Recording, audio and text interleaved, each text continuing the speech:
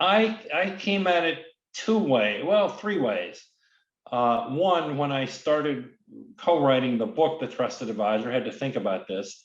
The other, maybe the most profound way, was I've been 28 years in Alcoholics Anonymous.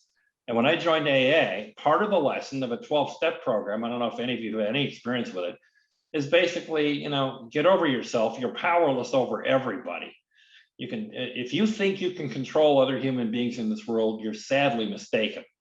And that's the cause of all your grief, trying to control stuff that's out of your control. Maybe you've heard of the serenity prayer: God grant me the serenity to accept the things I cannot change, the courage to change the things I can, and the wisdom to know the difference. Well, whether you're an alcoholic or not, that's pretty good life advice.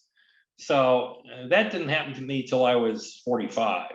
The third thing, I got married for 7 years to a lovely, wonderful Black woman from inner city Queens. And I'm a white kid from from Nebraska, basically.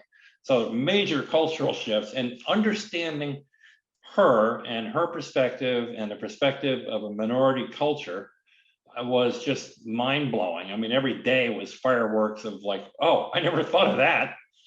Yeah, I didn't have to think of that. I live in a majority culture that looks like me, male, white, et cetera, et cetera. And the insights that you get from somebody who's lived their whole life with a different look in a minority culture, that made me really rock me back and say, maybe there's some things I don't know here, and I should listen.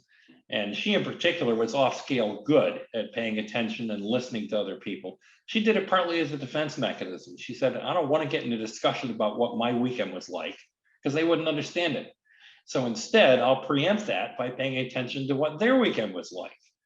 Now, regardless of her motives for doing it, she was phenomenal. All her employees called her sensei. She was extraordinary.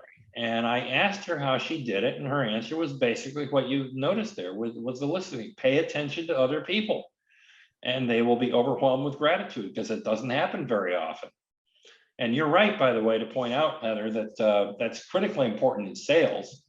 You're right that too many people in sales and other things, all they're doing in listening is waiting for the other person to stop talking so they can start, flapping their gums. And as you said, you can feel it. You know that. You can feel it in your gut. As a kindergartner, we can feel that when people are blabbing on about themselves, and it doesn't work.